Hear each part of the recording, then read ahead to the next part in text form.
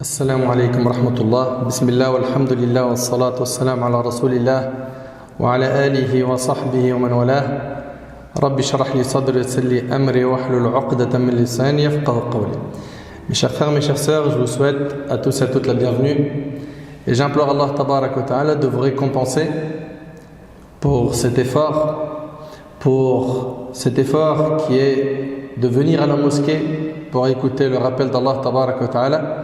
J'implore Allah subhanahu wa ta'ala de faire de cette assemblée une assemblée bénie, une assemblée riche en spiritualité. J'implore Allah tabarak wa ta'ala de nous pardonner, de nous accorder la sincérité et la piété.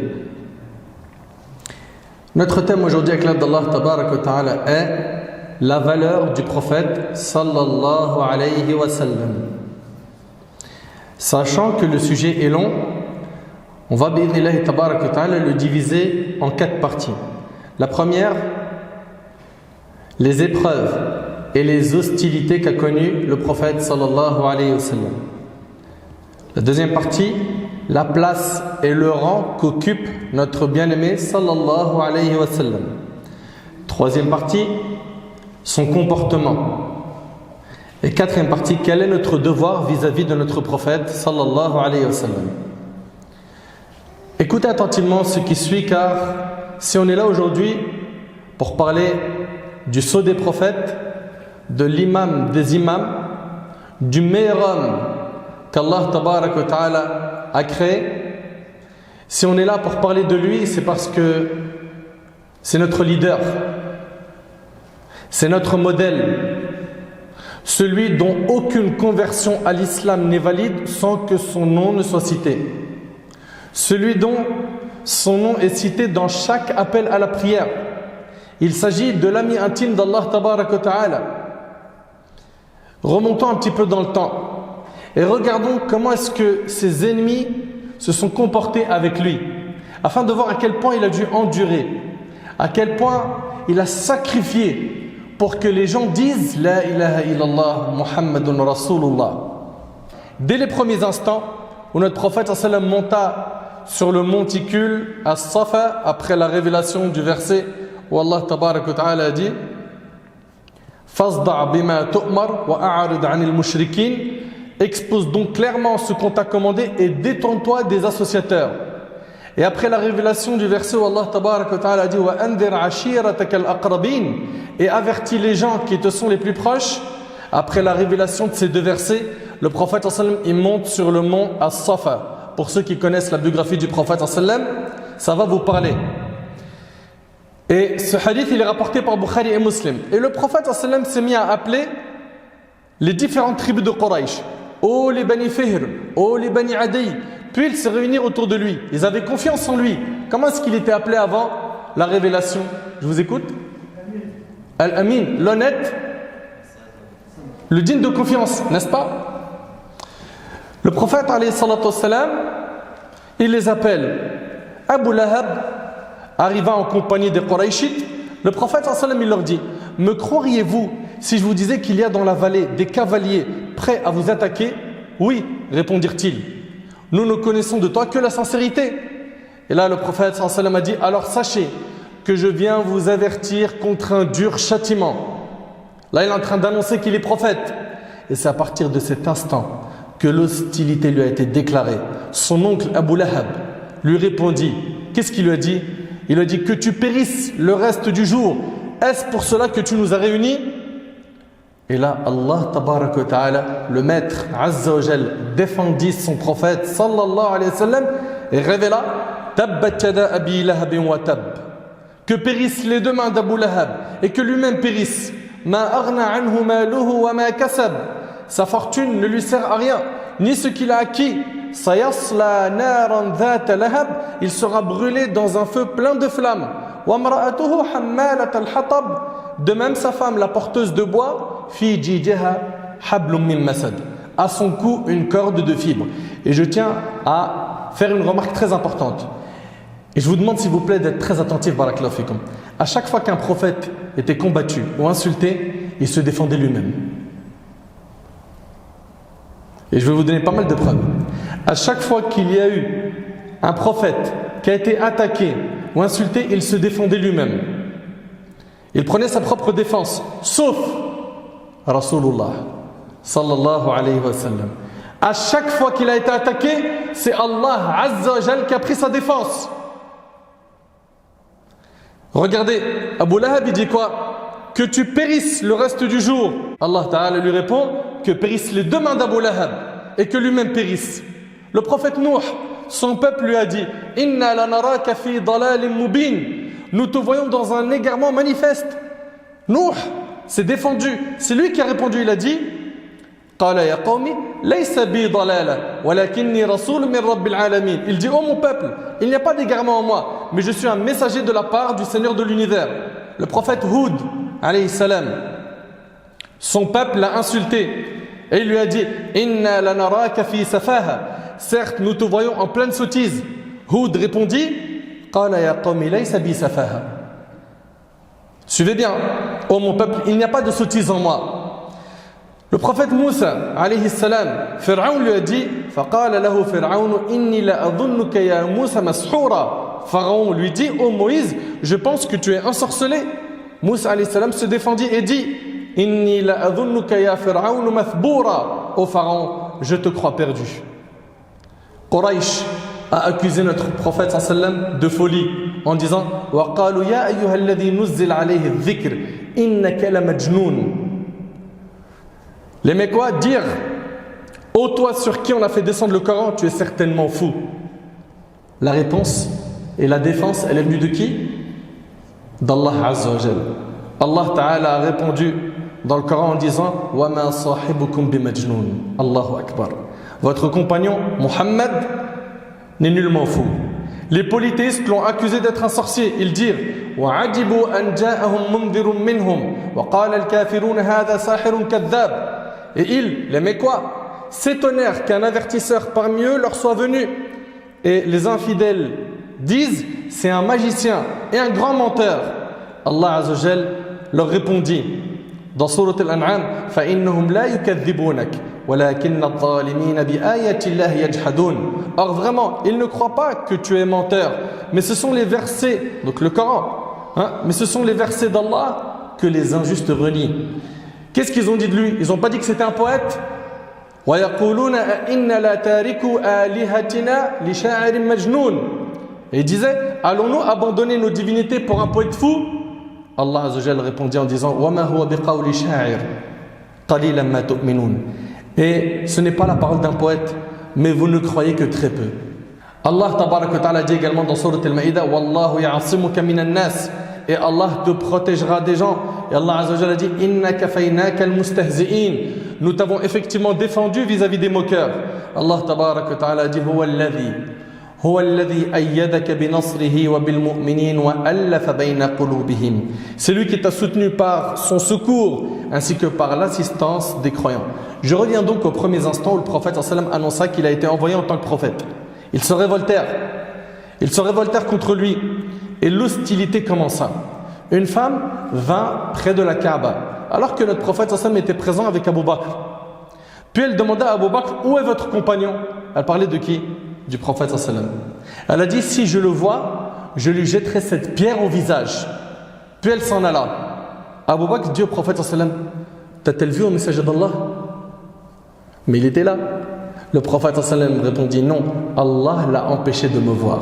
Rapporté par l'imam al-Bayhaqi avec une chaîne de transmission qui est bonne. Dans Sahih al-Bukhari d'après Ibn Mas'ud radiyallahu anhu, pendant qu'Abu Jahl et un groupe de ses amis étaient assis près de la Kaaba, Abu Jahl, vous connaissez Abu Jahl, quand il est mort, qu'est-ce qu'il a dit le prophète sallam sur lui?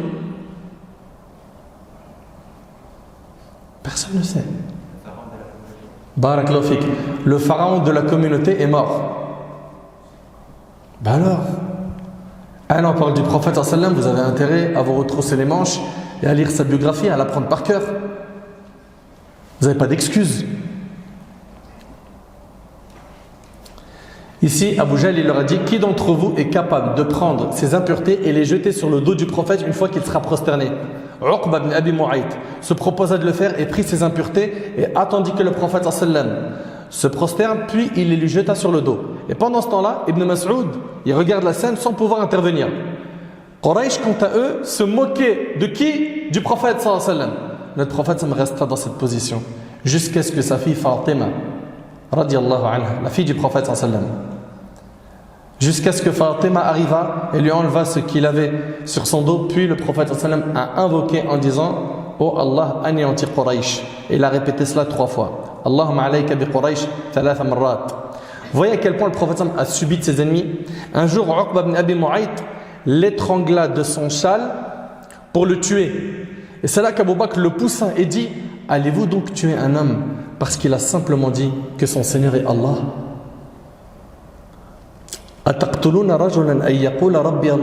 C'est ça son crime. Dans Sahih l'imam Muslim, Abu Jahl dit aux polythéistes: comment est-ce que Mohammed peut-il se prosterner entre nous sans avoir peur? Il dit: par Allat et Al-Uzza. C'était des divinités qu'ils adoraient en dehors d'Allah, n'est-ce pas? Il a dit: par Allat et Al-Uzza, si je le vois prier, je lui écraserai le cou et lui verserai de la terre sur le visage. Puis un jour, pendant que le prophète sallam était en prière prosterné, Abu Jahl est allé piétiner son cou. Pendant ce temps-là, les gens observaient attentivement Abu Jahl, et quand il se rapprocha du prophète sallam, il se mit à reculer. C'est impressionnant, hein? Le hadith ici, il est rapporté par l'imam Muslim, il est authentique. Il s'est approché du prophète sallam, puis après il a commencé à reculer. Et on l'a vu en train d'essayer d'éviter quelque chose avec ses mains. Et lui dire: qu'as-tu fait, ô Abul Hakam? Il parle ici à Abu Jahl. Il leur a dit: il y a entre moi et Mohammed un fossé plein de feu de terreur et d'ailes, des ailes. Puis lorsque le prophète sallallahu alayhi wa sallam termina sa prière, il dit: par celui qui tient mon âme dans sa main, Abu Jahl, s'il s'était rapproché de moi, les anges l'auraient déchiré en morceaux. Vous arrivez à comprendre que le prophète sallallahu alayhi wa sallam, il est protégé par Allah tabarak wa ta'ala? Qui connaît l'histoire du prophète sallallahu alayhi wa sallam à Taïf? Il lève la main. Qu'est-ce qu'il est arrivé au prophète sallallahu alayhi wa sallam lorsqu'il est parti appeler les gens à l'islam à Taïf? Ils lui ont jeté des pierres. Lui, il avait désespéré des Mécois. Et il a donc cherché refuge auprès du peuple de Taïf. Il s'attendait à ce que le peuple de Taïf l'accueille bien et qu'ils acceptent le message de l'islam. Ça n'a pas été le cas. Ils lui ont jeté des pierres jusqu'à ce qu'il a eu du sang qui coulait de ses pierres, alayhi salatu wassalam. Ce moment fut l'un des plus durs de sa vie. Subhanallah, soudainement, il lève la tête et il voit un nuage dont l'ombre l'enveloppa. Le prophète sallallahu alayhi wa sallam dit: je continue à regarder, puis j'aperçus au sein du nuage l'ange Gabriel, Jibril alayhi salam. Il m'appela et me dit: Allah a bien entendu ce qu'a proféré ton peuple contre toi et la façon dont ils t'ont traité. Alors, il t'a envoyé l'ange des montagnes. C'est un ange qui est responsable des montagnes. L'ange me salua et me dit: oh Muhammad, Allah a bien entendu ce qu'a proféré ton peuple contre toi. Je suis l'ange des montagnes et Allah m'a envoyé vers toi pour que j'exécute l'ordre que tu me donneras. Car si tu veux, je peux les engloutir des 2 montagnes. Ce peuple de Taïf, je les écrase avec les 2 montagnes qui entourent Taïf. Là, le prophète sallallahu alayhi wa sallam, il vient d'être chassé. Et on lui a jeté des pierres. À votre avis, est-ce qu'il s'est vengé ici? Le prophète sallallahu alayhi wa sallam a dit non. Car de leur descendance, j'espère qu'Allah fera sortir des personnes qui adorent Allah seul sans rien lui associer. Vous avez vu sa bonté envers les gens qui ont voulu lui faire du mal. Puis après cela, il se rendit à Médine. Et le jour de son immigration, vous le connaissez, ils tentèrent de le tuer, mais en vain. Ils avaient mis quoi comme prix pour celui qui attrape le prophète sallallahu alayhi wa sallam? 100 chameaux. Qui a dit ça? Barakallahu fik akhi. 100 chameaux pour celui qui attrape le prophète sallallahu alayhi wa sallam. Il y a quelqu'un qui était sur le point de le faire. Il s'appelle Suraqa ibn Malik. Il n'y a que 2 frères qui ont étudié la biographie du prophète sallallahu alayhi wa sallam. Allez frères, soyez un peu sérieux. C'est pas possible. Non mais je suis vraiment sérieux là. C'est pas normal. On parle du meilleur homme qu'Allah subhanahu wa ta'ala a créé. On connaît que très peu d'informations sur lui. C'est normal. Là, si tout de suite je donne le nom d'un joueur de foot, son CV il est déjà dans ton cerveau. il aime ça, il mange ça, il a fait tel voyage, il a divorcé, il s'est remarié, il a 2 gosses, le premier s'appelle comme ça. C'est pas honteux franchement? Vous avez pas assez de temps pour lire la biographie du prophète? Elle n'est pas intéressante? C'est pas lui le modèle qu'Allah Tabarak wa Ta'ala a envoyé pour l'humanité? Ici, le prophète sallam, le jour de sa hijra, ça a été difficile. Il s'installe à Médine, ça ne s'arrête pas. Badr, Uhud, Al-Ahzab, ça continue. Après le pacte de l'Hudaybiyah, ça avance, Khaybar. C'était compliqué. Il a eu beaucoup d'épreuves, alayhi salatu wassalam. On a calomnié son épouse Aïcha radiyallahu anha. On a tué son oncle Hamza à Uhud, n'est-ce pas? Ahbab al-kiram, je le dis, je le répète, gardez bien en tête s'il vous plaît une chose. Rien, j'ai bien dit rien, aucune parole, aucune insulte ne peut atteindre le prophète sallallahu alayhi wa sallam. Celui qui s'en prend au prophète sallallahu alayhi wa sallam, c'est comme quelqu'un qui essaie de cracher sur le soleil. Et qui a élevé le rang de notre bien-aimé sallallahu alayhi wa sallam? Qui? Allah tabarak wa ta'ala. Et là on entame la deuxième partie, le rang du prophète sallallahu alayhi wa sallam. Vous le savez ahbab al-kiram, Allah tabarak wa ta'ala a créé la création. Il a regardé le cœur de toutes les créatures et il a choisi parmi elles, écoutez bien, les prophètes. Puis il a regardé le cœur des prophètes et il a choisi les messagers. Puis il a regardé le cœur des messagers et parmi eux il a choisi les doués de fermeté qui sont Nuh, Ibrahim, Moussa, Isa et Muhammad alayhim salam. Puis il regarda leur cœur à ces 5 et il a choisi les 2 amis intimes d'Allah, Al-Khalilan, Ibrahim al-Khalil et Muhammad sallallahu alayhi wa sallam. Puis Allah a choisi et élu Muhammad sallallahu alayhi wa sallam. Il l'aura privilégié sur toute sa création, élevé sa renommée, immensifié sa valeur, rendu puissant son rang. Et wallahi, ne connaît véritablement la valeur du prophète que le Seigneur, le Très-Haut. Dans son livre sacré Al-Qur'an, Allah n'aura cessé de le complimenter, d'en faire des éloges, de le vanter. Allah tabarak wa ta'ala l'a complimenté dans sa raison et son esprit en disant Ma dalla sahibukum wa ma gawa. Votre compagnon ne s'est pas égaré et n'a pas été induit en erreur. Allah l'a vanté dans sa parole et dans ses propos lorsqu'il a dit Azza wa Jal Wa ma yantiqu anil hawa in huwa illa wahyu yuha. Et il ne prononce rien sous l'effet de la passion. Ce n'est rien d'autre qu'une révélation inspirée. Allah a vanté son professeur et son enseignant lorsqu'il a dit Azza wa Jal Allamahu shadidul quwa. Lui a enseigné l'ange Gabriel à la force prodigieuse. Qui a été son professeur? Jibril alayhi salam.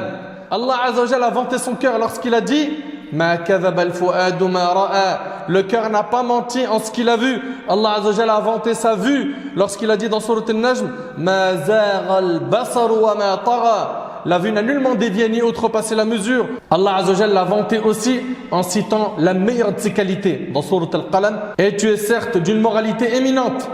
Ne lui a-t-il pas ouvert la poitrine et la purifié? Alam nashrah laka sadrak. Allah Ta'ala dit n'avons-nous pas ouvert pour toi ta poitrine? Ne lui a-t-il pas enlevé son fardeau qui pesait sur son dos? Wa wada'na 'anka wizrak alladhi anqadha dhahrak. Et ne t'avons-nous pas déchargé du fardeau qui accablait ton dos? Ne lui a-t-il pas élevé son rappel et sa renommée? Wa rafa'na laka dhikrak. Et exalté pour toi ta renommée. Allah Azza wa Jalla a fait en sorte que dans ce monde, et ceci jusqu'à la fin des temps, le nom de Muhammad sallallahu alayhi wa sallam soit celui qui soit le plus évoqué, le plus prononcé, le plus purifié. Allah nous a ordonné de prier sur le prophète sallallahu alayhi wa sallam lorsqu'on parle de lui. Mais plus que cela, Allah Azza wa Jal lui-même prie sur lui. Il l'évoque Azza wa Jal dans les grandes assemblées. Les anges prient sur lui. Inna Allah wa malaikatahu yusalluna ala an-nabi. Ya ayyuhalladhina amanu sallu alayhi wa sallimu taslima. Certes, Allah et ses anges prient sur le prophète. Ô vous qui croyez, priez sur lui et adressez-lui vos salutations. Et certes, la prière sur le prophète sallam, c'est le fait de demander à Allah qu'il évoque le prophète sallam dans les hautes assemblées auxquelles assistent les anges et de lui faire des éloges auprès des anges. Le prophète sallam n'est pas un homme comme les autres. Mais il aura été évoqué, écoutez bien, est lié avec le nom d'Allah. Et en plus de cela, Allah Azza wa Jal, lorsqu'il s'est adressé dans son livre sacré à tous les prophètes, il les a appelés par leur nom particulier et spécifique. Chaque prophète, Allah subhanahu wa ta'ala, l'a appelé par son prénom. Uniquement son prénom. Méditez. Wa ya Adam, uskun anta wa zawjuka al-jannah. Ô Adam, habite le paradis toi et ton épouse. Ya Ibrahim, qad saddaqta ar-ru'ya. Ibrahim, tu as confirmé la vision. Ya Moussa, inni ana Allah, Rabbul alamin. Ô Moïse, c'est moi Allah, le Seigneur de l'univers. Ya Isa, inni mutawaffika wa rafi'uka ilayya. Ô Jésus, certes, je vais mettre fin à ta vie terrestre et t'élever vers moi. Ya Yahya, khudhil kitaba biqawwa. Ô Yahya, tiens fermement le livre. Ya Zakaria, inna nubashiruka bighulamin ismuhu Yahya. Ô Zakaria, nous t'annonçons la bonne nouvelle d'un fils. Son nom sera Yahya. Allah Azza wa Jal n'a jamais appelé le prophète par son propre nom, Muhammad. Mais il l'appelle en lui rappelant sa qualité de prophète. Méditez avec moi. Ya ayyuhan nabi, inna arsalnaka shahidan wa mubashiran wa nadhira. Ô prophète, nous t'avons envoyé pour être témoin, annonciateur, avertisseur. Allah Ta'ala a dit Ya ayyuhar rasoul, balligh ma unzila ilayka min rabbik, wa in lam taf'al fama ballaghta risalatah, wallahu ya'simuka minan nas. Ô messager, transmets ce qui t'a été descendu de la part de ton Seigneur. Si tu ne le faisais pas, alors tu n'auras pas communiqué son message et Allah te protégera des gens. Ya ayyuhal muzammil, qumil layla illa qalila. Ô toi l'enveloppé dans tes vêtements, lève-toi pour prier dans la nuit, excepté une pethitte partie. Ya ayyuhal muddaththir, qum fa'anzir. Ô toi Muhammad, le revêtu d'un manteau, lève-toi et avertis. Il ne l'a jamais appelé. Il n'a pas dit, et vous ne trouverez jamais dans le Coran Muhammad seul. Mais si vous voyez Muhammad quelque part, il y aura derrière quoi? Rasulullah. Sallallahu alayhi wa sallam. Allah tabarak wa ta'ala dit Muhammadun Rasulullah. Muhammad est le messager d'Allah. Ma kana Muhammadun aba ahadin min rijalikum walakin Rasulallah wa khatam an-nabiyyin. Muhammad n'a jamais été le père de l'un de vos hommes, mais le messager d'Allah et le dernier des prophètes. Allah est omniscient. C'est lui pour lequel nous invoquons Allah afin qu'il lui accorde al-wasila. C'est quoi al-wasila? C'est la plus haute place et le plus haut degré du paradis. Et Allah Ta'ala, il lui a accordé la position de gloire. وَمِنَ اللَّيْلِ فَتَهَجَّدْ بِهِ نَافِلَةً لَكَ عَسَىٰ أَن يَبْعَثَكَ رَبُّكَ مَقَامًا مَحْمُودًا. Et de la nuit, consacre une partie avant l'aube pour des prières surrogatoires afin que ton Seigneur te ressuscite dans une position de gloire. Qu'est-ce que la position de gloire? Abdullah ibn Amr ibn al-As radiyallahu anhuma rapporte qu'il a entendu le messager d'Allah sallallahu alayhi wa sallam dire quand vous entendez l'appel du muazzin, celui qui fait l'appel à la prière, quand vous entendez son appel, dites après lui la même chose. C'est-à-dire quoi? Quand il dit Allahu Akbar, qu'est-ce qu'on dit? Allahu Akbar. Quand il dit Ashhadu an la ilaha illallah, qu'est-ce qu'on dit? Ashhadu an la ilaha illallah. N'est-ce pas? On va répéter pareil, sauf quand il dit Hayya ala salah, Hayya ala al-falah. Là ici, qu'est-ce qu'on dit là? À ce moment-là, on dit La hawla wa la quwwata illa billah. N'est-ce pas? Et à la fin, quand on termine, qu'est-ce qu'on dit? Allahumma rabb hadhihi ad-da'wati at-tamma was-salati al-qa'ima ati Muhammadan al-wasila wal-fadila. Al-wasila, c'est quoi? Wal-fadila wab'athhu maqaman mahmoudan alladhi wa'adta. N'est-ce pas? Ici dans le hadith, le prophète sallallahu alayhi wa sallam dit quand vous entendez l'appel du muazzin, dites après lui la même chose. N'est-ce pas? Vous dites la même chose que lui. Puis, priez sur moi, car quiconque prie sur moi une fois, Allah priera sur lui 10 fois en retour. Quand on prie sur le prophète sallallahu alayhi wa sallam, on a dit, ça veut dire quoi exactement? Levez la main. Ouais. Qu'est-ce que ça veut dire? Allahumma salli ala Muhammad. Je parle la traduction en français. Vous allez me dire, ça veut dire oh Allah prie sur le prophète. Ouais. On demande à Allah de faire des éloges du prophète auprès des anges. Et bien celui qui prie sur le prophète une fois, Allah il prie sur lui 10 fois. Allah tabaraka wa ta'ala, en retour, il va faire tes éloges à toi auprès des anges 10 fois. Je ne sais pas si on arrive à réaliser. Non, on ne réalise pas, il faut dire la vérité, on ne réalise pas. C'est vrai ou pas? On ne réalise pas.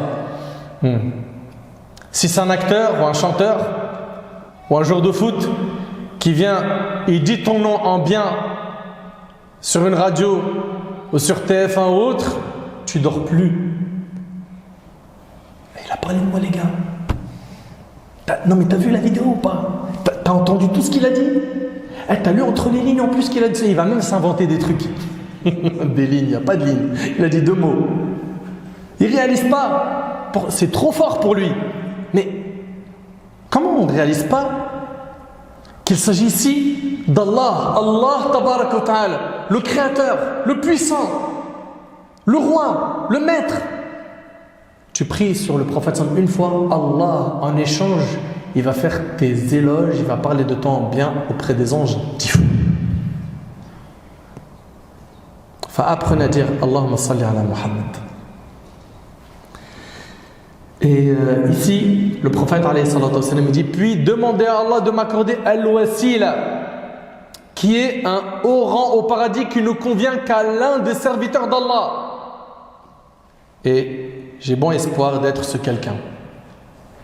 Celui qui demande pour moi al-wasila aura plein droit à mon intercession en sa faveur, rapporté par l'imam Muslim. C'est-à-dire quoi? Si tu demandes à Allah, avec cette dua qu'on a mentionnée et que vous connaissez pour la plupart, qu'on dit après l'adhan, quand tu dis Ati Muhammadan al-wasila wal fadila wa ba'ath maqaman mahmoud alladhi wa'adta, quand tu dis ça, eh ben qu'est-ce que tu gagnes? L'intercession du prophète ensemble le jour du jugement. Il vient intercéder pour toi. Et ce jour-là, il va être difficile. Tu auras besoin de quelqu'un qui t'aide. Imagine, c'est Rasulullah. Subhanallah. La position de gloire, c'est la place dont le messager d'Allah sallam bénéficiera lorsqu'il demandera l'intercession, lorsqu'Allah lui accordera la grande intercession en la faveur de toute l'humanité entière, même de ceux qui l'ont critiqué. Le jour du jugement, ils se présenteront devant le prophète sallam alors qu'ils souffriront de la chaleur du jour du jugement, des tourments, des afflictions. Ils voudront absolument qu'Allah Azza wa Jal commence le jugement. Ils viendront à tous les prophètes. Vous connaissez un hadith al-Shafa'a, le jour du jugement? L'humanité entière va se diriger vers Adam. Puis Adam il dira non, j'intercède pas aujourd'hui, je peux pas. Ensuite ils vont se diriger vers qui? Ensuite Nuh alayhi salam, n'est-ce pas? Ibrahim alayhi salam, Moussa, Isa, Muhammad sallallahu alayhi wa sallam. Et quand Muhammad alayhi sallam, on lui demandera l'intercession, imaginez-vous l'humanité entière qui se déplace le jour du jugement pour lui demander juste que le jugement il commence. Le prophète sallam, il se prosternera sous le trône d'Allah et Allah va lui inspirer des formules de louange qu'il n'avait pas connues auparavant. Puis après Allah tabaraka wa ta'ala lui dira Ya Muhammad irfa' ra'sak, lève ta tête, wasal tu'ta washfa' tushaffa, demande et tu auras l'intercession. Et la première chose que prononce le prophète sallam, ummati, ummati, ma communauté. Allahu Akbar. Subhanallah. C'était le slogan du prophète sallam, ma communauté. Et aujourd'hui, de moins en moins, on pense aux autres. On vit dans un monde d'égoïstes. Chacun pense qu'à lui. Juste aider les proches de ta famille, ça, il n'y a plus le temps. Ça prend trop d'énergie. De toute façon, lui, il ne comprend jamais rien. Subhanallah. Allah tabaraka wa ta'ala, il dit dans le Coran, Inna a'tayna al-kawthar. Nous t'avons certes accordé al-kawthar. C'est quoi le kawthar? D'après Abdullah ibn Omar, écoutez bien, c'est quoi le kawthar? Le prophète a dit al-kawthar est un fleuve dans le paradis. Vous entendez? Ses bords sont en or. Son cours est de perles d'émeraude. Son sable est plus parfumé que le musc. Son eau est plus sucrée que le miel et plus blanche que la neige, rapporté par l'imam al-Tirmidhi. Il nous dit à son propos, celui qui en boira n'aura plus jamais soif jusqu'à entrer au paradis. Et tu ne rentreras au paradis que par l'intermédiaire du messager d'Allah, car la porte du paradis ne sera ouverte qu'après son intercession et sa demande. Elle ne sera ouverte qu'à lui, avant toutes les communautés. Il frappera à la porte du paradis. Le gardien du paradis, il s'appelle Ridwan. Et le gardien du paradis lui dira: qui es-tu? Il dira: je suis Mohammed. Il lui dira: il m'a été ordonné à n'ouvrir à personne avant toi. Le premier homme de l'humanité qui entrera en premier fait le Jannah, c'est le prophète. Subhanallah, Allah tabaraka wa ta'ala n'a juré par la vie d'aucun être humain et d'aucune créature excepté la vie du messager d'Allah. Et on sait que lorsque le prophète, et on sait quand Allah ta'ala il jure par la vie de quelque chose, c'est pourquoi Allah ta'ala il dit wal asr, par le temps. Pourquoi il jure par le temps? Je vous écoute. C'est important. Pour montrer l'importance du temps. Quand Allah tabaraka wa ta'ala jure par une chose, c'est pour montrer son importance. Vous suivez? Allah tabaraka wa ta'ala il dit la'amruk. Allahu akbar. Allah azza wa jal, il dit au prophète par ta vie. Et vous méditez? La'amruk innahum lafi sakratihim ya'mahun. Par ta vie, ils se confondaient dans leur délire. Certes, la valeur du messager d'Allah auprès d'Allah est immense. Si seulement l'humanité le connaissait, si seulement les musulmans le connaissaient, car malheureusement de nos jours, ils ne connaissent pas sa valeur, ni sa place, ni son rang auprès d'Allah. C'est pour ça aujourd'hui que les musulmans suivent aujourd'hui une armée de faux modèles. C'est parce qu'ils ne connaissent pas leur modèle. J'ai bien dit une armée de faux modèles. On ne les compte plus. Ils ont plein de noms. Rappeurs, chanteurs, influenceurs, n'est-ce pas? Acteurs, humoristes, joueurs de foot, et j'en passe. On a vraiment une grande perte de repères. Sachez qu'Allah tabaraka wa ta'ala nous a accordé un très grand bienfait en nous envoyant cet homme, Muhammad, sallallahu alayhi wa sallam. Allah tabaraka wa ta'ala a dit, méditez s'il vous plaît sur ce verset. Allah azza wa jalla dit, لَقَدْ مَنَّ اللَّهُ عَلَى الْمُؤْمِنِينَ إِذْ بَعَثَ فِيهِمْ رَسُولًا إذ بعث فيهم رسولا من أنفسهم يتلو عليهم آياته ويزكيهم ويعلمهم الكتاب والحكمة وإن كانوا من قبل لفي ضلال مبين. Allah a très certainement fait une faveur aux croyants lorsqu'il a envoyé chez eux un messager de parmi eux-mêmes qui leur récite ces versets, les purifie et leur enseigne le livre et la sagesse, bien qu'ils fussent auparavant dans un égarement évident. D'après Thabit, Anas ibn Malik radiyallahu ta'ala anhu a dit, le jour durant lequel le prophète est entré à Médine, toutes les choses dans la ville ont été illuminées. Par quoi? Par la venue du prophète à Médine. Médine était illuminée. Mais le jour où il est mort, toutes les choses dans la ville ont été obscurcies. Alors que nous n'avions même pas enlevé la poussière de nos mains suite à l'enterrement du prophète sallallahu alayhi wa sallam, nous avons certes réprouvé nos cœurs. C'est-à-dire quoi?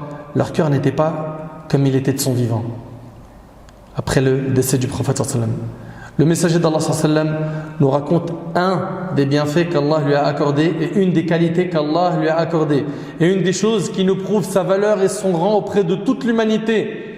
Il nous dit, lorsque je montais dans les cieux, dans quel voyage? Levez la main. Vas-y. Derrière? Ouais. L'ascension. Donc il y a eu le voyage nocturne, ok? Et il y a eu après l'ascension. Très bien. Ici, quand il a fait ce voyage sur le dos de Jibril, à un moment donné, il est arrivé à un endroit où Jibril ne pouvait plus avancer. C'était en direction de quoi? Sidratul Muntaha, le lotus de la limite. Arrivé à ce moment-là, Jibril s'est arrêté, il lui a dit, continue au messager d'Allah, je ne peux pas continuer. Il dit, ce fut la première fois qu'un être humain atteignait cet endroit, même les anges ne l'avaient pas atteint, même Jibril n'a pas pu atteindre cet endroit. Il n'a pas pu accompagner le messager d'Allah sallallahu alayhi wa sallam. Nous déduisons de tout cela que le prophète est plus noble que tous les prophètes. Car c'est lui qui a été envoyé à toute l'humanité. Il est meilleur que les anges. meilleur que Jibril. Allah tabarak wa ta'ala dit wa ma arsalnaka illa rahmatan lil alamin, et nous ne t'avons envoyé comme miséricorde pour l'univers. Allah ta'ala dit qul ya ayyuhan nas inni rasulullahi ilaykum jami'a, dis ô hommes, je suis pour vous tous le messager d'Allah. Dans la version d'Ibn Hibban, le prophète sallam a dit et moi je suis sans orgueil le maître des fils d'Adam. Vous entendez? Troisième partie, son comportement qui fut extraordinaire. Dans le hadith rapporté par l'imam Ahmad, le prophète m'a dit j'ai été envoyé pour parachever les nobles caractères. Le prophète épuisait tout son comportement d'où? Du Coran. Lorsqu'on a interrogé sa femme Aïcha radiallahu anha au sujet du comportement du prophète, elle répondit au questionneur ne lis-tu donc pas le Coran? Il répondit bien sûr que si. Elle dit alors le comportement du messager d'Allah était le Coran, rapporté par Muslim. Le prophète a été la plus grande école du comportement qui n'ait jamais existé. Son comportement était historique. Le chercheur américain Michael Hart, c'était pas un musulman. Il a écrit un livre qu'il a appelé les 100 personnalités les plus influentes de l'histoire. Et il a dit l'homme le plus influent de l'histoire de l'humanité fut Mohammed. Qu'est-ce qu'on sait de lui? Qu'est-ce qu'on connaît de lui? Son comportement était non seulement exemplaire, mais en plus de cela, personne n'a eu un comportement comme le sien. Sachez que son comportement était extraordinaire. Le Négus, c'était le roi d'Abyssinie. Il a tellement été étonné du comportement du prophète sallam, Ja'far ibn Abi Talib lui a présenté l'islam. Il a embrassé l'islam. Imaginez-vous, un roi, et il entre à l'islam en écoutant cette présentation du compagnon Ja'far radiyallahu anhu. Héraclius, l'empereur byzantin, lui aussi a été impressionné du comportement du prophète sallam lorsqu'Abu Sufyan lui en a parlé. Il a tellement été impressionné qu'il a dit à Abu Sufyan, quant à moi, si je savais, écoutez bien, si je savais pouvoir parvenir jusqu'à lui, je m'efforcerais par tous les moyens d'aller le retrouver, et dès que je serai auprès de lui, je lui laverai les pieds. Allahu Akbar. Ah mais tout ça c'est dans les livres d'histoire, on vous invente rien. Héraclius qui dit si moi je pouvais l'atteindre, je lui laverais les pieds. Subhanallah. Regardez aujourd'hui le résultat de la da'wa d'un homme. Environ 2 milliards de musulmans sur terre.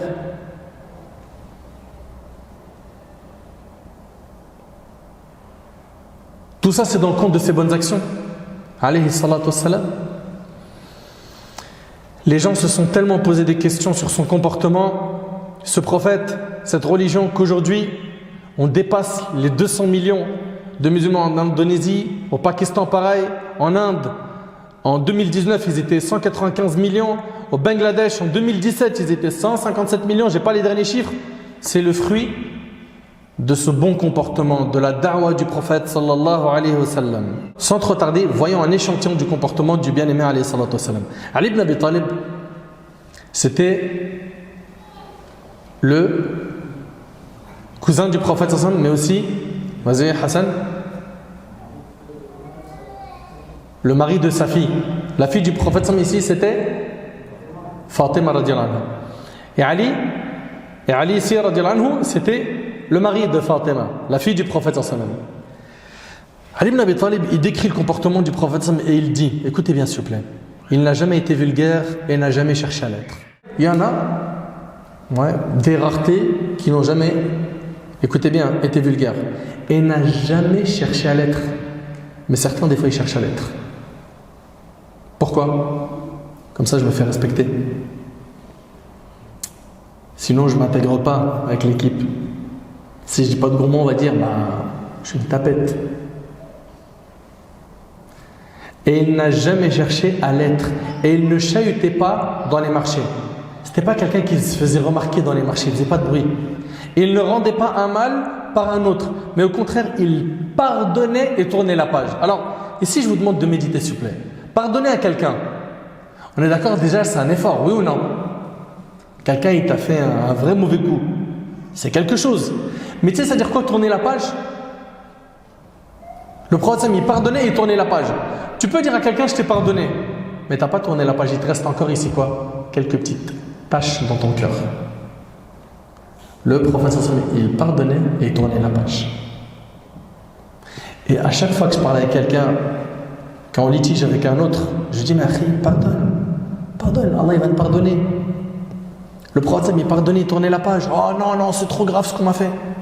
On a un exemple, c'est Rasulullah alayhi salatu wassalam, il a pardonné des choses immenses. C'est lui le modèle. Jamais il ne frappa une personne, ni une femme, ni un esclave, sauf en temps de guerre. Jamais il ne s'est vengé pour une cause personnelle, mais seulement quand on violait ce qui était sacré auprès d'Allah. Lorsqu'on violait ce qui était sacré auprès d'Allah, il était celui qui se mettait le plus en colère. Toujours, lorsqu'il avait le choix entre deux choses, il choisissait la plus facile d'entre les deux, tant qu'elle ne renfermait pas un interdit. C'était quelqu'un de facile à vivre. Lorsqu'il entrait chez lui, il était un homme parmi les hommes. Il lavait ses vêtements, trayait ses bêtes et s'occupait lui-même de ce dont il avait besoin. Le prophète retenait sa langue. Il ne parlait que lorsque le sujet le concernait. Il prenait les nouvelles de ses compagnons et demandait après eux. Il les réconciliait et ne poussait pas les gens à la dispute. Il donnait de la valeur au bien et encourageait à le faire et rendait le mal détestable. Le mal, c'est quelque chose de détestable. Et il le rabaissait.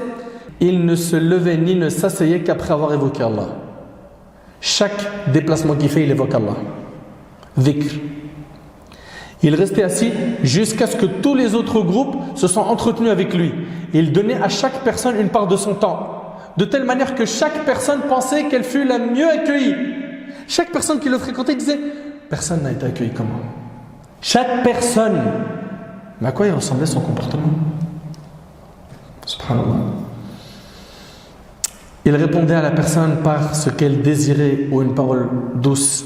Il respectait les personnes âgées, faisait preuve de tendresse avec les enfants et venait en aide à l'opprimé. Il était agréable au regard et faisait preuve d'un excellent comportement. Il était doux et n'était point rude, au cœur dur, ni critiqueur, ni avare. Il était ouvert à tous et possédait le meilleur langage. Et ses relations avec autrui étaient des plus louables. Frères et sœurs, ce n'est qu'un résumé sur son comportement. Wallahi, si vous méditez sur son comportement, vous allez vraiment être fasciné. Il y a de quoi vraiment être fier d'être musulman quand on voit qui était notre leader, qui était notre modèle, sallallahu alayhi wa sallam, l'honnête, le digne de confiance. Subhanallah, il quitte la Mecque comme vous le savez, pour émigrer et aller à Médine. Il laisse Ali ibn Abi Talib à Mecca pour restituer les dépôts des gens, rendre les dépôts, les amanats, les choses qu'on lui a confiées. Alors qu'il pourrait se dire quoi? Attends, ils ont fait du mal aux compagnons, ils en ont torturé plein, ils ont voulu me faire du mal, ils m'ont fait du mal. Allez, leurs biens, on les prend. Non. Il n'était pas, alayhi salatu wassalam, de ceux qui agissaient de la sorte. Il avait beaucoup de miséricorde. Le jour de la conquête de la Mecque, ils étaient 10 000 musulmans. Les Mecquois, c'était comme ça. Ils voient les musulmans arriver en force. Et là, il leur dit, que pensez-vous que je vais faire de vous? Ils lui ont dit, tu es un frère généreux, fils d'un frère généreux. En 2 mots, sois cool avec nous. Et derrière, il y a plus d'une vingtaine d'années, ça a été très difficile, n'est-ce pas? Le prophète il leur dit, partez, vous êtes libres. Partez, vous êtes libres. Et il pardonne. Subhanallah. En temps de guerre, généralement les gens ne connaissent pas l'éthique, la morale, le bon comportement. Regardez, le prophète il se dirige vers Badr pour combattre. Il avait besoin de compagnons. Pendant ce temps-là, les mouchriquins, les polythéistes avaient attrapé 2 compagnons, parmi eux Hudhayfa ibn al-Yaman. Ils les ont attrapés, d'accord, et ils les ont relâchés. Il leur a dit, mais attention, on vous relâche, mais ne combattez pas avec le prophète sallam à Badr. Ok? Une fois relâchés, ils sont partis voir le prophète sallam. Ils leur ont raconté ce qui s'est passé. Après la fin de leur histoire, le prophète sallam a dit, respectez votre engagement. Vous écoutez? Il aurait pu dire, non mais attendez, ils sont sérieux. Ils ont conditionné que vous ne venez pas vous battre à Badr contre eux. Venez dans mon rang, on y va. Non, il a dit respectez votre engagement. Ne venez pas avec moi et je demanderai à Allah son soutien. Subhanallah. Et le prophète, il avait besoin de nombre. Subhanallah. Plein d'histoires comme ça, plein, il y en a plein. Jabir radiyallahu anhu dit, nous étions avec le prophète à Dhat al-Riqa'. Étant parvenus à un arbre à l'ombre dense, nous y laissâmes le prophète. L'un des idolâtres arriva alors que le sabre du prophète était accroché à l'arbre. Il a pris l'épée du prophète, il le dégaina et dit au prophète, as-tu peur de moi? Imagine la scène. As-tu peur de moi? Le prophète lui a dit non. Il dit, qui te protège de moi? Il a dit Allah. Dans la version d'Abu Bakr al-Ismaili, il a dit, qui te protège de moi? Il a dit Allah. Le sabre tomba de sa main. Le prophète saisit le sabre et lui a dit, et toi, qui te protège de moi? Il a dit, sois le meilleur preneur, sois gentil avec moi. Sois le meilleur preneur. Il dit non, mais je te promets de ne plus te combattre. Le prophète lui a rendu sa liberté. Quand l'homme revint chez ses compagnons, il leur a dit, je reviens à vous de chez le meilleur des gens. Sachez une chose, Ahbab al-Kiram, et c'est important qu'on mette les points sur les i. Le premier à avoir appelé au bon comportement avec les enfants, avant même l'UNICEF, a été le prophète. Le premier à avoir appelé au bon comportement envers les prisonniers, avant même les conventions de Genève, ça a été le prophète. Le premier à avoir appelé au bon comportement vers les femmes, avant le mouvement de libération des femmes, ça a été le prophète. Le premier à avoir appelé aux droits de l'homme, avant même la déclaration des droits de l'homme et du citoyen en 1789, a été le prophète.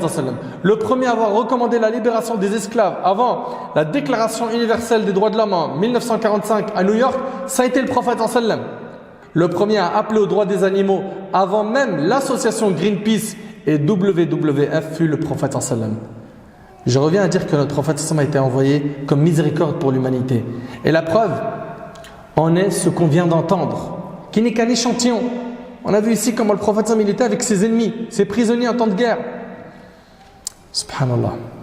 Il était bon envers les femmes, il était bon envers les enfants. Le prophète avec ses épouses, il se distinguait par une intense sensibilité et douceur. Le prophète aidait son épouse dans les tâches ménagères. Al-Aswad demanda à Aïcha radiyallahu anha, comment se comportait le prophète au sein de sa famille. Elle répondit, il m'aidait dans les tâches ménagères et lorsque retentissait l'appel à la prière, il allait à la mosquée pour l'accomplir, rapporté par Al-Bukhari. Et il a dit, le meilleur d'entre vous est le meilleur avec les femmes, rapporté par Ahmed. D'après Aïcha radiyallahu anha, elle dit, j'accompagnais le prophète dans un de ses voyages alors que j'étais encore une jeune fille mince. Elle était mince. Puis le prophète m'a dit aux gens, avancez. Ils avancèrent, puis il me dit, viens faire la course avec moi. C'est le prophète, il dit à sa femme, viens, aujourd'hui quelqu'un, on lui dit, passe un peu de temps de divertissement avec ta femme. Moi je me rappelle une fois, j'avais parlé avec un frère, qu'Allah le protège.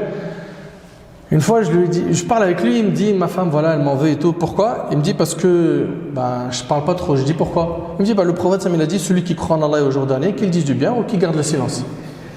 Je disais, ouais. Il me dit, mon frère, j'ai rien à lui dire de bien. Ouais, je me tais. Je dis, mais ça veut dire toi tu parles que si c'est un verset ou un hadith? Il dit, j'ai rien à dire de bien. Subhanallah. Vous avez le droit de parler aussi de divertissement, tant que c'est licite, hein, de umurud dunya, des choses de ce bas monde, de comment elle va, sa santé, ses projets. Mais tu as le droit. Et des fois, on abuse. Et là, ici, le prophète il dit à sa femme, viens faire la course avec moi. Je ne sais pas si vous imaginez. Et là, Aïcha dit, nous filmons la course ensemble et j'ai gagné la course. Il ne m'en parla plus pendant un long moment jusqu'à ce que j'ai oublié ce fait. Plus tard, elle dit, j'ai pris du poids. Je l'ai accompagné une nouvelle fois dans un de ses voyages, puis il a dit, avancez. Ils avancèrent, puis il me dit, viens faire la course avec moi. Nous fîmes la course ensemble et cette fois, il gagna. Il ria en disant, cette fois, c'est la revanche. C'est la revanche de la première course perdue. Et c'est rapporté par l'imam Ahmed. Subhanallah, c'était quelqu'un d'extraordinaire. On en a déjà parlé. Le meilleur d'entre vous, c'est le meilleur avec sa femme. La femme a été valorisée dans notre religion. Le prophète il visitait les malades. Et pas que les malades musulmans. On connaît tous l'histoire du jeune juif qu'il a visité, n'est-ce pas? Il était au service des gens. Il était doux envers les ignorants. Il respectait les liens de famille. Il était généreux. Jabir radiyallahu anhu, il dit, il ne lui est jamais arrivé de dire non à quelqu'un. Allahu Akbar. C'est impressionnant. Il était ascète, pudique, modeste, courageux. Il était, alayhi salatu wassalam, un grand adorateur. les non-musulmans ont témoigné de son comportement extraordinaire. L'encyclopédie Britannica le proclame. L'homme de religion qui a connu le plus de succès sur terre. George Bernard Shaw, politique et écrivain anglais du XXe siècle, a déclaré que si Muhammad vivait encore, il réussirait à résoudre tous les problèmes qui menacent notre civilisation aujourd'hui. Napoléon Bonaparte, pareil, il a dit des belles paroles et ils sont nombreux à avoir écrit sur lui, alayhi salatu wassalam. Maintenant, il faut qu'on arrive au concret. Est-ce que ça suffit d'entendre tous ces textes sur sa valeur sans que l'on puisse parler de notre devoir vis-à-vis du prophète sallallahu alayhi wa sallam? Non. La première des choses et le premier devoir qui nous incombe, et je vous demande d'être attentif s'il vous plaît parce que je vais en citer quelques-uns. 1. Remettre en cause la croyance qu'on a en notre prophète alayhi salatu wassalam. Je suis désolé, ça va piquer un peu les oreilles. Nous n'avons pas cru de la meilleure des façons au prophète alayhi salatu wassalam. Et nous n'avons pas transmis véritablement ses propos, ses actions, ses faits et gestes. Croire en lui, nous vous le rappelons, c'est approuver par ta langue sa prophétie, déclarer véridique par ton cœur son message, et c'est utiliser tes membres pour lui obéir et suivre sa sunna. Je vais répéter. Croire en lui, c'est approuver par ta langue sa prophétie et déclarer véridique par ton cœur son message. Tout ce qu'il a dit, tu es certain que c'est vrai. Et c'est utiliser tes membres pour lui obéir et suivre sa sunna. Allah tabarak wa ta'ala dit قل إن كنتم تحبون الله فاتبعوني يحببكم الله ويغفر لكم ذنوبكم والله غفور رحيم. Dit, si vous aimez vraiment Allah, suivez-moi. Allah vous aimera alors et vous pardonnera vos péchés. Allah est pardonneur et miséricordieux. Beaucoup de gens prétendent croire au prophète sallam. Mais à quoi crois-tu? Et de quelle manière? Croire au prophète sallam, c'est lui obéir dans ce qu'il a ordonné, s'écarter de ce qu'il a interdit, c'est également déclarer véridique ce dont il nous a informés et adorer Allah Azza wa Jal que par ce qu'il a légiféré. Allah Ta'ala dit وَمَا آتَاكُمُ الرَّسُولُ فَخُذُوهُ وَمَا نَهَاكُمْ عَنْهُ فَانْتَهُوا. Prenez ce que le messager vous donne et ce qu'il vous interdit, abstenez-vous-en. مَن يُطِعِ الرَّسُولُ فَقَدْ أَطَاعَ اللَّهَ. Quiconque obéit au messager obéit certainement à Allah. Il y a plein de versets. Plein. Le prophète dans le hadith d'Abi Huraira qui est rapporté par le Bukhari, écoutez bien, il a dit toute ma communauté entre au paradis sauf celui qui s'y refuse. Qui refuse d'entrer au paradis? Très bien. On dit et qui s'y refuse au messager d'Allah? Il dit celui qui m'a obéi entre au paradis et celui qui m'a désobéi s'y est refusé.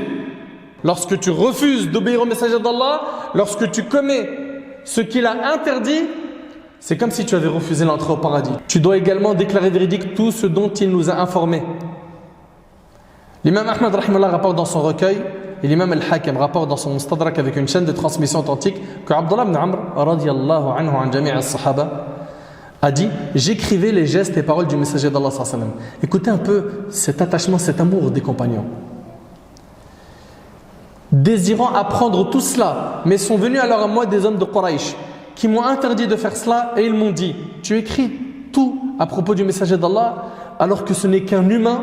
Il parle dans la colère et dans la satisfaction et alors il dit je me suis arrêté d'écrire et j'ai informé de cela le messager d'Allah sallallahu alayhi wa sallam et le prophète sallallahu alayhi wa sallam me dit écris par celui qui détient mon âme dans sa main n'est sorti de moi que la vérité al-haqq.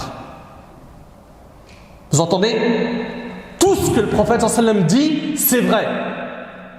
Et il y a bien évidemment une connaissance après avoir sur quoi? Sur l'authentification des hadiths. Est-ce que le hadith il est authentique ou non? Alhamdulillah, le travail a été fait par les savants. Nous devons déclarer véridique tout ce que le prophète sallallahu alayhi wa sallam a dit. Cela implique de croire au fait qu'il soit prophète, déclarer véridique qu'il soit messager, déclarer véridique tout ce qu'il a dit et ce dont il nous a informés, croire en ses faits et gestes. Mais encore faut-il le suivre. Encore faut-il lui obéir à ses ordres, s'écarter de ses interdits. Tu ne pourras faire cela, mon frère, ainsi que toi, ma sœur, que lorsque tu l'aimeras du plus profond de ton cœur. Beaucoup de gens disent de nos jours, moi j'aime le prophète sallallahu alayhi wa sallam. Et si je demande ici qui aime le prophète sallallahu alayhi wa sallam, tout le monde va lever la main. Mais est-ce que ça suffit de le dire? Par quoi se manifeste, se concrétise cet amour? Par quoi? Comportement, le suivi de sa sunna, etc. Oui ou non? Que tu as envie de lui ressembler? Non? Le cœur, oui. Le fait de vouloir purifier son cœur. Barakallahu fik. Si tu demandes aujourd'hui à n'importe quel musulman, est-ce que tu aimes le prophète? La réponse, normalement, elle est automatique. Bien sûr, t'es sérieux ou quoi? C'est facile de le dire et de le prétendre. Mais il faut le prouver. Lorsqu'un jeune il va aimer un footballeur, pourquoi est-ce qu'il l'aime? Vous savez pourquoi il l'aime? Parce qu'il aime comment il joue, comment il se déplace, sa personnalité, sa manière de parler, son sourire, comment il fait du sport pour s'entraîner. Il apprécie ses entraînements. Idem pour un chanteur. Il l'aime parce qu'il aime sa voix, son style, ses paroles. Idem pour l'acteur. Lorsque tu vas aimer le messager d'Allah sallallahu alayhi wa sallam, il incombe ainsi que tu l'aimes pour sa sunna, pour sa personne, pour ses paroles, ses actions, pour tout ce qu'il aura ordonné et interdit. Mais pour cela, il faut quoi? Il faut que tu le connaisses. Tu ne peux pas aimer quelqu'un que tu ne connais pas. Et je suis désolé, mais si aujourd'hui je vous donne tout cela tout de suite, une feuille à 4 et un stylo, et je vous dis écrivez tout ce que vous connaissez sur le prophète sallallahu alayhi wa sallam. Présentez-le au moins sur une feuille à 4. Vous avez de quoi remplir une feuille à 4? Si oui, alhamdulillah. Et à 4, il n'y a rien à écrire. C'est vrai ou pas? À 4, tu vas écrire quoi? Il y a tellement de choses à dire sur lui. C'est vrai, c'est pas vrai? Mais t'imagines qu'il y en a peut-être certains parmi vous qui se disent je sais pas si je vais réussir à écrire une demi-page. Et là, c'est inquiétant. Il faut se reprendre. C'est un indicateur d'une grande perte de modèles, de vrais modèles. Et que malheureusement, le shaitan, il nous a piégés. On connaît des noms qu'on ne devrait même pas connaître, qui appellent à rien, ou qui appellent au péché. Et l'homme le plus important, alayhi salatu wassalam, connaît rien de lui. Le prophète sallam a dit nul d'entre vous n'aura la foi complète tant que je ne serai pour lui plus aimé que ses enfants, ses parents et l'ensemble des gens. Subhanallah. Comment ne pas l'aimer alors qu'il désire notre rencontre? Je vous l'annonce, l'heureuse nouvelle, ô vous qui aimez le prophète sallam, écoutez, le prophète sallam souhaite vivement vous rencontrer. Le prophète souhaite vivement nous rencontrer. D'après Anas ibn Malik radiyallahu anhu, le prophète m'a dit j'aurais aimé rencontrer mes frères. Les compagnons lui dirent ne sommes-nous pas tes frères? Il répondit vous êtes mes compagnons. Par contre mes frères sont ceux qui ont cru en moi sans pour autant m'avoir vu. C'est rapporté par l'imam Ahmad. Lui alayhi salatu wassalam, il aurait aimé nous rencontrer. Est-ce que nous, c'est quelque chose qui occupe notre esprit, la rencontre du messager d'Allah sallallahu alayhi wa sallam, Yawm al-Qiyamah, le jour du jugement? Est-ce que l'un d'entre nous souhaite du plus profond de son cœur de voir le prophète en rêve? Le prophète sallallahu alayhi wa sallam a dit Man ra'ani fil manam faqad ra'ani haqqa fa inna ash-shaytana la yatamathalu bi. Quiconque me voit en rêve m'a réellement vu, car le diable ne peut pas prendre mon apparence. Nous, on veut réellement le voir en rêve, nous? Est-ce que quand tu dors, tu souhaites du plus profond? Vous voulez ça ou pas? Vous savez, une fois il y a quelqu'un qui, un étudiant, il dit à son cheikh, moi j'aimerais bien voir le prophète en rêve. Il lui a dit, viens chez moi, dors, passe la nuit chez moi, et puis je vais t'aider. Il lui a ramené à manger, et c'était très salé. Ensuite, il lui a dit, je veux de l'eau. Il lui a dit, attends, cool. Il mange, ça y est, sa gorge, c'est l'enfer, il veut boire de l'eau. Il lui a dit, il n'y aura pas d'eau aujourd'hui. Il est parti dormir. Le lendemain, il lui a dit, alors, t'as rêvé du prophète? Il lui a dit, non. J'ai rêvé que je buvais de l'eau, il y avait de l'eau partout, je boivais, j'étais autour de l'eau, entouré de l'eau. Il lui a dit, t'as été véridique dans la volonté de boire de l'eau. Tu as vu de l'eau. Nous, si on est vraiment véridique dans le fait de vouloir voir le prophète sallallahu alayhi wa sallam en rêve, on le verra. Il a tellement désiré l'eau qu'il l'a vu en rêve. Vous suivez? Le prophète sallallahu alayhi wa sallam, c'est donc le meilleur des hommes. Comment ne pas l'aimer alors qu'il sera le seul intercesseur le jour du jugement? Ali ibn Abi Talib, on lui a demandé comment se caractérisait votre amour pour le prophète. Il répondit, je jure par Allah, il était plus aimé que nos biens, nos enfants, nos pères et mères, et plus encore que l'eau fraîche en temps de soif. Écoutez bien, est-ce que tu aimes plus le prophète que ton âme? Pose-toi cette question. Réveillons-nous, ahbab al-karam. Réveillons-nous. Est-ce que lorsque ton âme t'appelle à désobéir à Allah subhanahu wa ta'ala, à dormir pour le fajr, à t'écarter des obligations, à ouvrir la porte du haram, à être mauvais envers tes parents, est-ce que là, à ce moment-là, tu te rappelles que non, tu as un modèle, tu ne peux pas faire ça. Rasulullah sallallahu alayhi wa sallam, il ne nous a pas enseigné cela. Parmi les obligations que nous avons également vis-à-vis de notre bien-aimé alayhi salatu wa sallam, on vous a dit, c'est de suivre sa sunna, son chemin, sa voie. Donc on a dit, il faut revoir notre croyance envers lui. Il faut lui obéir, suivre sa sunna. Également, transmettre son message. Transmettez sa vie. Mais déjà, il faut la connaître. Combien de gens ignorent la vie du prophète sallallahu alayhi wa sallam? Combien de gens connaissent par cœur la vie de footballeurs et d'acteurs, d'actrices, de chanteurs, mais ils ne connaissent pas grand-chose sur le prophète sallallahu alayhi wa sallam. Apprends sa vie en fournissant un effort personnel. Ouvre les livres, assiste aux conférences sur sa biographie, la sira du prophète, parle-en avec ta famille. Tu as appris, transmets. Tu es un ambassadeur de l'islam. Le prophète il a dit Ballighu anni walaw aya. Transmettez de ma part ne serait-ce qu'un verset. Tu as un devoir de transmission à ton échelle, à ton niveau, comme tu le peux. D'accord? En maîtrisant bien le sujet que tu vas aborder. N'oublie pas, Allah Ta'ala a dit Qul hadhihi sabili ad'u ila Allah ala basiratin ana wa man ittaba'ani. Dis, regardez le prophète il dit quoi? Voici ma voie. J'appelle les gens à la religion d'Allah, moi et ceux qui me suivent, nous basons sur une preuve évidente. Nous sommes tous responsables du dépôt que nous a confié le messager d'Allah, cette religion. Il n'y a plus de prophète après lui. Nous sommes nous maintenant les ambassadeurs de cette religion, chacun à son échelle, chacun avec ses moyens. Il faut se donner les moyens. Comment? En apprenant la langue arabe, en apprenant le Coran, en apprenant la religion. On ne peut pas rester comme ça, au point mort, on ne bouge pas. Ça n'existe pas, rester en stagnant. Il n'y a pas, tu ne stagnes pas dans le dîn. Soit tu avances, soit tu recules. Je récapitule.